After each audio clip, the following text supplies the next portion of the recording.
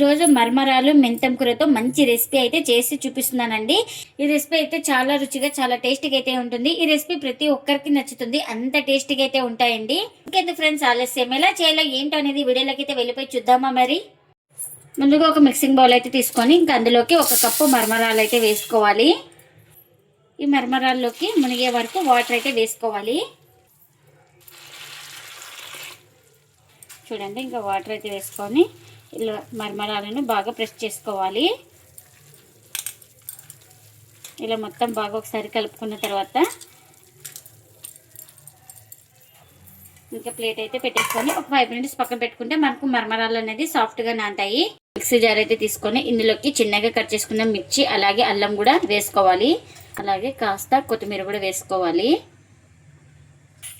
ఇంకా ఇప్పుడు ఇందులోకి కాస్త సాల్ట్ కూడా వేసుకొని ఇంకా మూత పెట్టుకొని గ్రైండ్ చేసుకోవాలి. ఇంకా చూడండి, గ్రైండ్ చేసుకున్న తర్వాత ఇలా ఉండాలి. ఇంకా ఇప్పుడు దీన్ని పక్కన పెట్టేసుకుందాం. ఇంకా ఇప్పుడు ఒక 5 మినిట్స్ తర్వాత అయితే చూపిస్తుంది. చూడండి, మరమరాలు కూడా మనకు సాఫ్ట్గా నానిపోయినాయి కదా. ఇప్పుడు వీటిని వాటర్ అన్ని బాగా గట్టిగా ప్రెస్ చేసుకొని ఒక ప్లేట్లోకి అయితే తీసుకుందాం.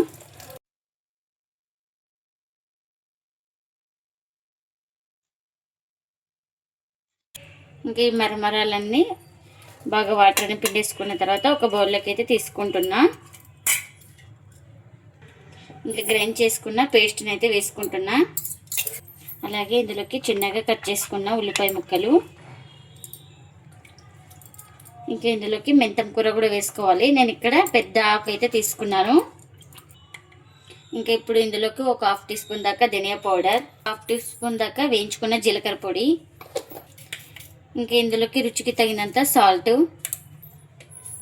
ఇంకా అలాగే ఒక 1/4 టీ స్పూన్ దాకా పసుపు, ఒక 1/4 టీ స్పూన్ దాకా గరం మసాలా. ఇంకా ఇందులోకి ఇలా చిన్న స్పూన్ నిండా షుగర్ కూడా వేసుకోవాలి. ఇంకా ఇందులోకి అరచెక్క నిమ్మరసం అయితే వేసుకోవాలి. ఇంక ఇవన్నీ వేసుకొని బాగా ఇలా ప్రెస్ చేస్తూ బాగా కలుపుకోవాలి. ఇక్కడ నేను చూపిస్తున్నాను కదా, ఈ విధంగా మరమరాలకు అనేది బాగా మసాలాలు ఫ్లేవర్ అన్నీ బాగా పట్టేలాగా మనం బాగా కలుపుకోవాలి.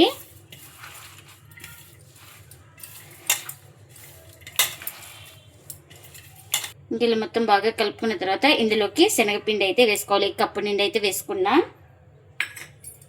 ఇంకా శనగపిండి కూడా వేసుకొని బాగా కలుపుకోవాలి.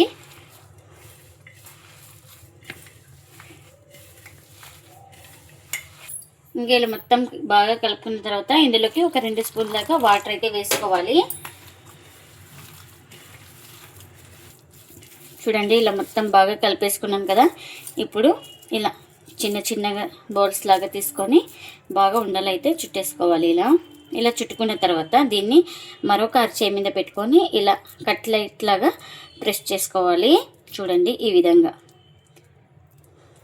విధంగా ఉంటే చాలు. ఇంకా దీన్ని ఒక ప్లేట్లోకి అయితే తీసుకుంటున్నా. మీకు నచ్చిన సైజులో పిండి ముద్దను అయితే తీసుకొని ఇలా చేసుకోండి. చూడండి, ఇలా ఉండాలి. మనకు కట్లెట్ ఏ విధంగా ఉంటుందో ఆ విధంగా వచ్చేవరకైతే ఇలా చేసుకోవాలి. ఇంకెన్ని అయితే అన్నీ ఇలానే చేసుకోవాలి. ఇంకా కాల్చుకోవడానికి ఆయిల్ కూడా పెట్టేసుకున్నానండి. తక్కువ ఆయిల్లో ఫ్రై అయిపోతాయి ఇవి. ఇంకా ఇలా నిదానంగా ఒక్కొక్కటి వేసుకోవాలి. ఇంకా ఇలా ఎన్ని కడాయికి పడితే అన్ని వేసుకున్న తర్వాత ఒక సైడ్ కాలిన తర్వాత మరోవైపు అయితే టర్న్ చేసుకోవాలి. ఇంకా చూడండి, ఇలా ఒక సైడ్ బాగా కాలిన తర్వాత మరోవైపు అయితే టర్న్ చేసుకోవాలి. ఇంకా ఈ వైపు కూడా బాగా కాల్చుకోవాలి. అటు ఇటు తిప్పుకుంటూ మంచి కలర్ వచ్చే వరకు అయితే ఫ్రై చేసుకోవాలి. ఇది మంటను అడ్జస్ట్ చేసుకుంటూ కాల్చుకోవాలి. అప్పుడే లోపల దాకా బాగా ఫ్రై అయిపోతుంది. చూడండి, అటు ఇటు తిప్పుకుంటూ 2 వైపులా బాగా కాల్చుకున్నాం కదా. ఇవైతే మనకు రెడీ అయిపోయినాయి. ఇలా రెడీ అయిపోయిన వాటిని ఒక ప్లేట్లోకి అయితే తీసుకుందాం.